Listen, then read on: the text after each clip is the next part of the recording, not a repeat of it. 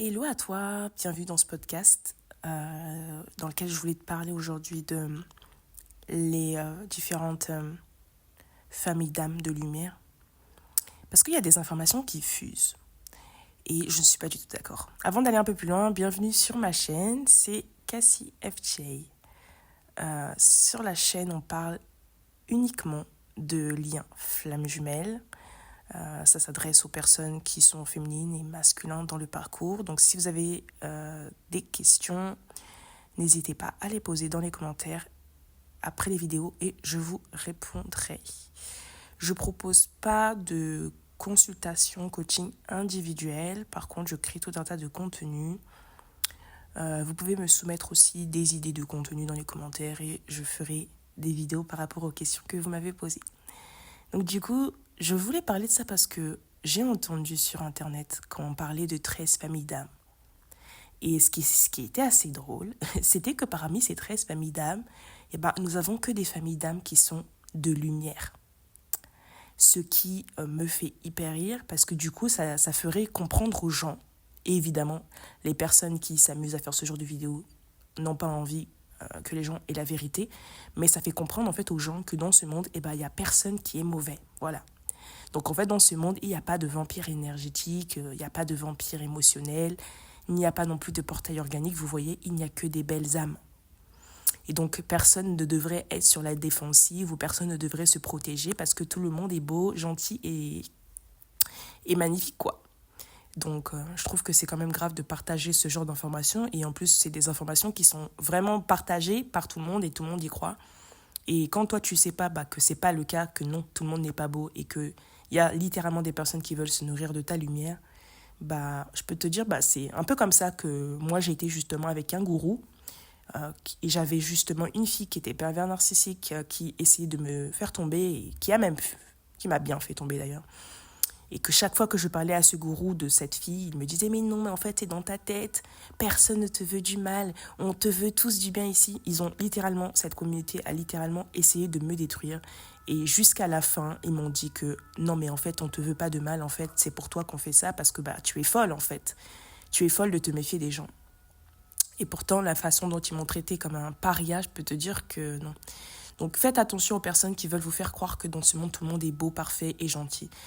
Il n'y a qu'une seule famille d'âmes ici qui est de lumière sur la terre. Et c'est la famille qu'on appelle, si vous voulez, un petit peu les Atlantes. Parce que en fait, même quand on parle de Starseed, il y a plusieurs planètes de Starseed, mais ce sont à chaque fois différents Atlantes qui sont partis en fait s'installer sur ces différentes galaxies après la destruction de l'Atlantide. Donc ça revient à être le même peuple sur différentes planètes. Il y a peut-être d'autres extraterrestres qui sont de lumière, mais jusqu'à présent, j'en ai pas vraiment entendu parler. J'en ai pas entendu parler de cette autre race d'extraterrestres qui serait hyper lumineuse et qui viendrait justement pour aider le monde dans l'accueil de sa nouvelle terre. Jusqu'à présent, il n'y a qu'une seule famille. C'est une famille de lumière. Et ne pensez pas que ce sont tous, tous des flammes jumelles ou whatever sur cette planète qui est la planète Sirius. On va retrouver des flammes jumelles, mais on va retrouver aussi des âmes sœurs, évidemment. Parce que faut savoir que ton âme sœur, c'est quelqu'un qui fait partie de ta même famille d'âmes. Donc, évidemment que si toi, tu viens d'une planète, tu as ton jumeau, mais tu as aussi des âmes sœurs. En ce qui concerne les âmes jumelles, je ne connais pas. Pour moi, j'ai toujours pensé qu'âmes jumelles et flammes jumelles, c'était plus ou moins la même chose, mais je pense que ça ferait quand même partie de la même famille d'âmes. Genre, faut savoir que c'est juste les relations qu'on entretient les unes avec les autres. Ça n'a rien à voir avec une famille d'âmes. C'est pas parce que t'es flamme jumelle que tu peux pas avoir une âme jumelle. C'est faux. Tu peux être flamme jumelle, avoir une âme jumelle, et tu peux être flamme jumelle et avoir des âmes sœurs. Parce que ça, c'est juste des liens entre la relation. Tu vois ce que je veux dire? C'est dans une famille, tu as tes frères, tu as tes sœurs, tu as des cousins, voilà. Tu vois, c'est la même famille, mais tu entretiens pas la même relation avec différentes personnes. Donc voilà, tous les starseeds pour moi, ont une flamme jumelle. Ça, c'est clair, net et précis. Mais vous pouvez aussi avoir des âmes sœurs, évidemment, parce que moi, maintenant que j'ai fait mon travail, je suis amenée tous les jours à rencontrer des personnes de ma famille d'âme. Tout simplement parce qu'il n'y a qu'une seule famille d'âme lumineuse sur la Terre. Donc, chaque fois que tu tombes sur quelqu'un de lumineux, il fait partie de ta famille d'âme. Mais après, comme ce sont des personnes que tu n'as peut-être pas forcément... en fonction, en fait, si tu veux, de ta fréquence, de ta couleur d'âme aussi. Il y a des personnes avec lesquelles tu vas te sentir proche. Et il y en a d'autres avec lesquelles tu vas te sentir moins proche. Par exemple, si votre couleur, c'est le violet, et en fonction de si tu tombes sur une personne qui a un violet qui est presque très proche de toi, tu vas avoir une relation très, très passionnelle avec cette personne. Et si cette personne, son violet, il est très, très, très loin du tien, eh bien, ça va pas forcément... ça sera pas... vous ne serez pas aussi proche. Donc, il y a des personnes avec lesquelles directement vous allez vous sentir proche et ça va matcher direct. Et il y a des personnes, ils sont partie de votre famille d'âme, mais vous avez le sentiment de peut-être n'avoir pas été beaucoup incarné avec eux ou de ne pas avoir passé énormément de temps avec eux. Par exemple, ceux que je rencontre en ce moment, ce sont des personnes qui viennent pour le voyage. Ils viennent, ils passent qu'une seule nuit chez moi, vous voyez, puis après ils partent. Et ça se passe super bien justement parce que c'est des personnes de lumière. Et du coup, on s'entraide. En plus, c'est bien, ils vont pas aller dormir chez un vampire énergétique parce que les autres familles d'âmes, ce sont vraiment des vampires parce qu'ils n'ont pas de reliance avec la lumière. Donc, eux, ils viennent pour se nourrir de notre lumière. Ils font exprès de nous faire travailler, justement, pour pouvoir se nourrir de notre lumière. J'entends beaucoup de choses avec les enfants, où on dit toujours que oui, on sacrifie les enfants et des choses comme ça. Faut savoir que ces enfants-là qui sont attaqués, c'est pas n'importe quel enfant non plus, c'est pas un enfant satanique qu'on attaque ou qu'on essaye d'agresser ou de abuser. C'est souvent un enfant de lumière. C'est pourquoi beaucoup de personnes attaquent les enfants, c'est parce que parmi les enfants, il y a énormément de starseed, les gars. Je sais pas si vous vous rendez compte, mais il y a beaucoup, beaucoup, beaucoup de starseed qui s'incarnent en ce moment. Et on parle justement, pas des indigos, on parle d'enfants, cristal, arc-en-ciel, etc. Donc évidemment que maintenant, ce monde maléfique a très envie de mettre la main sur ces vibrations-là. Évidemment, pour moi, ça a du sens. Je ne vois pas en quoi un enfant pourrait être intéressant. En fait, c'est pas l'enfant en soi. C'est ce que l'enfant porte en lui. C'est l'information, c'est le code, c'est ce qu'il est capable. Parce que ces personnes-là, elles vont littéralement travailler. Vous savez, il y a différentes vagues. Et il y a différentes... aussi, même dans les vagues de flammes jumelles, il y a ceux qui vont se rencontrer de telle année à telle année. Il va y avoir la deuxième vague qui se rencontrer de telle année à telle année. Et en fonction des vagues que vous allez avoir, vous n'allez pas avoir le même travail. Vous voyez, la dernière vague de flammes jumelles, ça sera une vague qui va, elle, être là pour mettre en place la nouvelle Terre. C'est elle qui va se marier, avoir des enfants. Les flammes jumelles d'aujourd'hui, en tout cas les flammes jumelles qui se sont réunies jusqu'à présent, jusqu'en 2024, c'était des flammes jumelles, généralement, elles étaient déjà mariées, elles avaient déjà des enfants avec d'autres personnes. Donc ces flammes jumelles-là, vous voyez, elles vont pas vivre la même chose.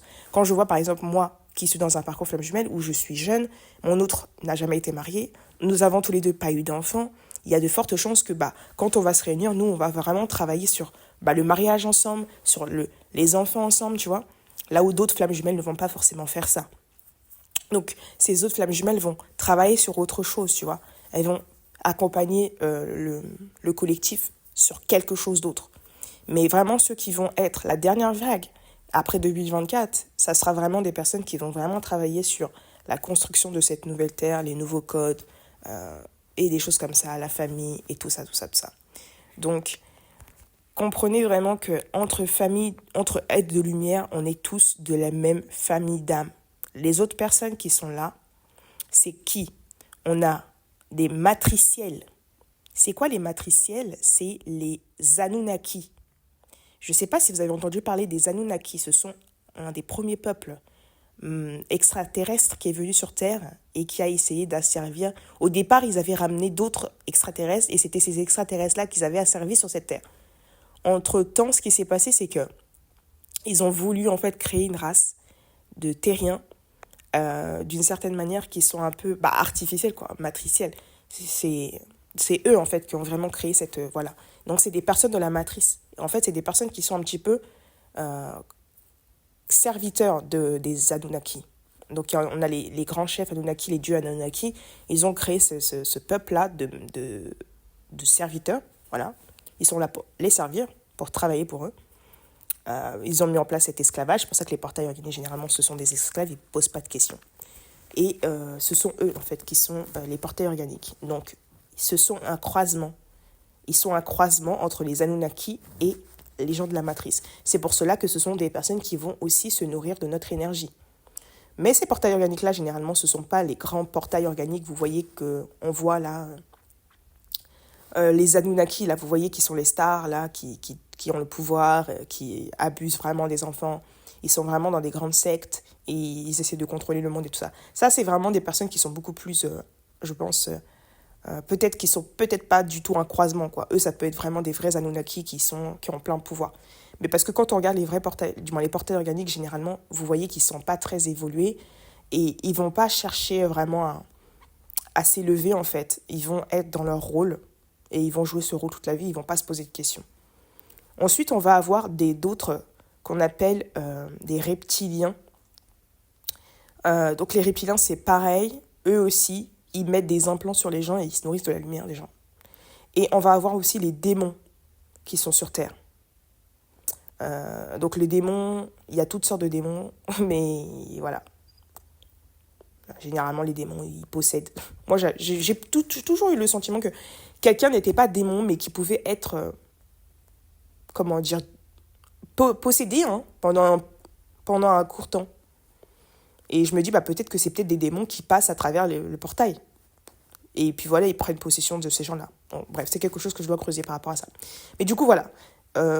Soyons unis entre êtres de la lumière, parce que nous venons, même si nous ne faisons pas la même planète, en fait, on vient quand même de la même famille. À la base, on est des Atlantes. Donc, même si on a fini par aller ensuite s'incarner dans d'autres dimensions, dans d'autres galaxies, etc., on reste quand même tous créés à partir de la source divine de Dieu, de la lumière. Donc, on est forcément tous de la même famille d'âmes. Pas besoin de faire des différences, en fait. Et les 12 familles d'âmes, là où on vous a... Non, je pense que ce sont des groupes, peut-être, qui existent à l'intérieur de nous. Oui, parmi notre famille, on va trouver des guérisseurs, on va trouver des passeurs d'âmes, on va trouver des médiums, on va trouver des chamans, on va trouver de tout, vous voyez. Chacun a son rôle, chacun a... Voilà. Mais c'est au sein de la même famille d'âmes, lumineuse. Donc, ne faisons pas de différence. Et pour ceux qui pensent que même carrément les flammes jumelles n'existent pas et que c'est quelque chose que la matrice a inventé, là, j'ai envie de vous dire, c'est un peu bizarre. Est-ce que vous êtes vraiment de la lumière? Parce que pour moi, si vous êtes de la lumière, vous avez les informations, vous avez les vraies informations. Et de venir dire que flammes jumelles, ça n'existe pas, pour moi, c'est qu'il y a quelque chose qui... Voilà. Peut-être que votre volonté, c'est peut-être de faire en sorte que des personnes doutent du fait qu'elles soient flammes jumelles ou des choses comme ça. Parce que soi-disant, certaines personnes, à cause du lien flamme jumelle, je sais pas... sont passés à côté de leur vie. C'est pas votre flamme jumelle qui vous a fait passer à côté de votre vie. Faut remettre un peu les pendules à l'heure et revoir votre responsabilité. Le parcours flamme jumelle ne vous a jamais demandé ou exigé un quelconque sacrifice. Bien au contraire, en fait. C'est parce que tu es dans le sacrifice que ton autre ne revient pas. C'est parce que tu aimes l'autre plus que toi. L'autre, c'est ton âme. Donc, tu ne dois pas te focaliser sur l'ego de ton jumeau. Tu dois même plutôt revenir à toi. C'est ça l'objectif du parcours. Quand tu es dans une obsession envers l'autre, où tu es toujours en train de regarder ce qu'il fait, où tu essaies de le posséder, je suis désolée, mais tu n'es pas dans la lumière, parce qu'en tant qu'âme, l'objectif, c'est d'être complètement détaché et d'être libre. Quand moi, je vois les âmes sœurs qui viennent chez moi, pourquoi les âmes sœurs viennent chez moi? C'est parce que je ne suis pas dans un attachement. Tant que tu es dans l'attachement, tu auras toujours des liens karmiques avec les gens. C'est le lien d'attachement qui fait des liens karmiques. Tu peux avoir un lien d'attachement avec un âme sœur, tu peux avoir un lien d'attachement avec ta flamme jumelle, un lien même karmique avec ta flamme jumelle, tu peux avoir un lien karmique avec des âmes sœurs. Il ne faut pas être dans l'attachement, d'accord? Il faut être complètement détaché et être libre. Nous sommes tous ici parce que nous avons quelque chose à faire, à accomplir. Quand quelqu'un vient dans ta vie, c'est pour une période. Quand elle part, c'est que c'est prévu. Tu ne dois pas retenir les gens. T'imagines, moi, à chaque fois que je rencontre une âme sœur qui vient dormir chez moi, je dis « Non, reste dans ma vie parce que je me sens seule en ce moment, j'ai pas vu d'autres êtres de lumière. Oh my God, c'est horrible. » Non, en fait, ça se passe pas comme ça. Donc, tant que vous comprenez pas que vous devez vous détacher des gens, vous devez pas être dans l'attachement, vous devez, être centré, être dans l'amour de vous-même, vous focaliser sur vous, vous élever, vous guérir, vous aimer, évidemment que vous allez toujours vivre des liens karmiques avec vos âmes sœurs. Jusqu'à ce que vous appreniez à les laisser partir. Voilà, je pense que j'ai fait le tour par rapport à ce petit podcast. J'espère que ça vous a plu. On se retrouve dans un prochain épisode. N'hésite pas à t'abonner et si tu as envie d'avoir plus de contenu, tu peux rejoindre le plan payant de cette chaîne. Allez, je te souhaite une excellente journée et je te dis à très bientôt.